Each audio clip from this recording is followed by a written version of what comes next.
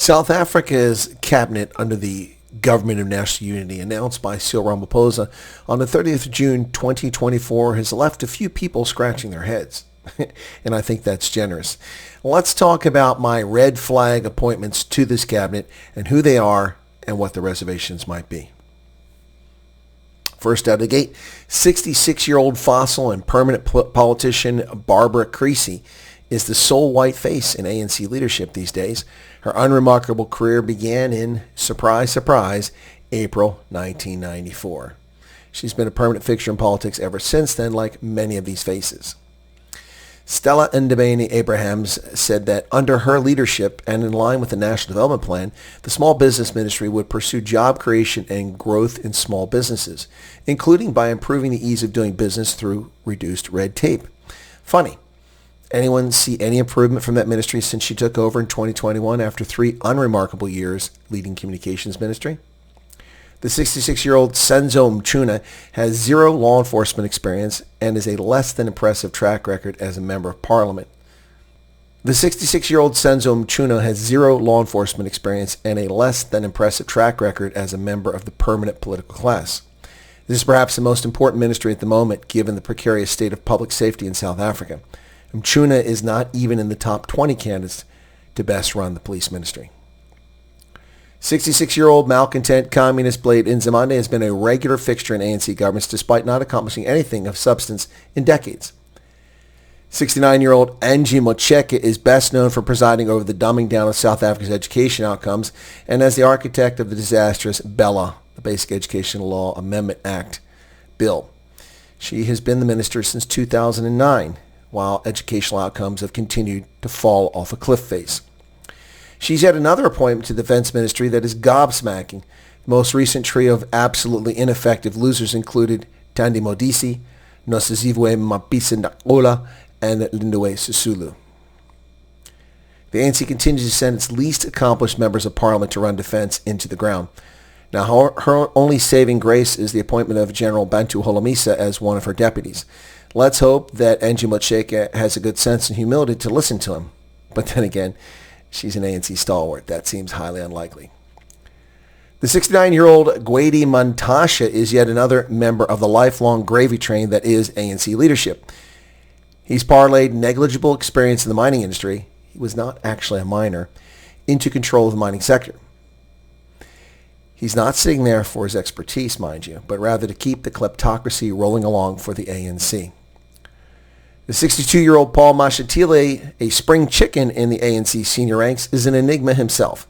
Facing multiple criminal investigations and potential charges, he should not even be in Parliament, let alone so close to the reins of power. The ANC has a so-called step-aside rule. When you're charged or under investigation for criminal activity, you're supposed to step aside. Paul Mashatile is facing a raft of potential charges, and he is the deputy president. Mashatile's survival puts to rest any hopeless fantasy that the African National Congress actually cares about rooting out corruption. We remember famously that Cyril Ramaphosa came to office in 2018 claiming he would root out corruption. Of course, he was part and parcel of the corruption regime under Jacob Zuma as his deputy president. People seem to have forgotten that. I have not. And corruption reached epic levels under Cyril Ramaphosa. Nobody has been prosecuted at any senior level despite the fact that they are rotten to the core. Many of them. Now next comes Tani Pat, Patricia DeLille, the woman who constantly throws temper tantrums and somehow still sits in Parliament.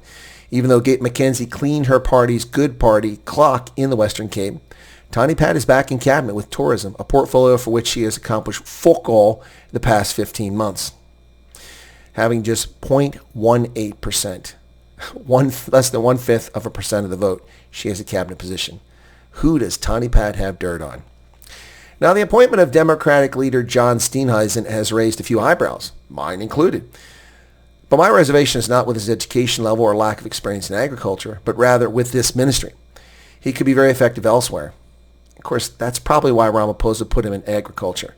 Now, we can't have the DA showing us up now, can we? And finally, there's Dr. Peter Groenewald.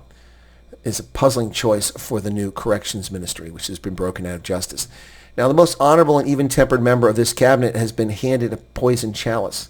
Regardless of how well he does, corrections may be the end of Peter Groenewald. No doubt he's the guy to lead the ministry, provided the government funds it adequately, and the ANC is not setting him up, which I have suspicions may be the case. So these are my red flag appointments to end the ministries they've been appointed to. Like I said, there could have been others like Ronnie Lamola. That's just gobsmacking. The head of international relations. Unbelievable. Durko. Ronnie Lamola, the Minister of Injustice. Makes no sense whatsoever. I also will produce a video on the good choices. And yes, it includes members of the African National Congress who are potentially good choices for this cabinet. 32 members, 75 total in the executive, including the deputies and the principals. This is gobsmacking to say the least. Not only has Cyril Ramaphosa failed to reduce the bloated cabinet from 30 cabinet ministers to something reasonable like 15, 18, but he's actually increased it to 32 and added lots of extra deputy ministers. People are going to trip over each other. Just more expenditures taken out of the taxpayers' pocket. And these cabinet appointments that I've just covered, these red flags, are clearly falling into that category. Hey, thanks a lot, folks. Be sure to hit the like button and join us right here on the program. Become a subscriber. We appreciate your patronage for the channel, where you get thoughtful, cogent, insightful analysis of events around the world with a focus on Africa. God bless and have a good day.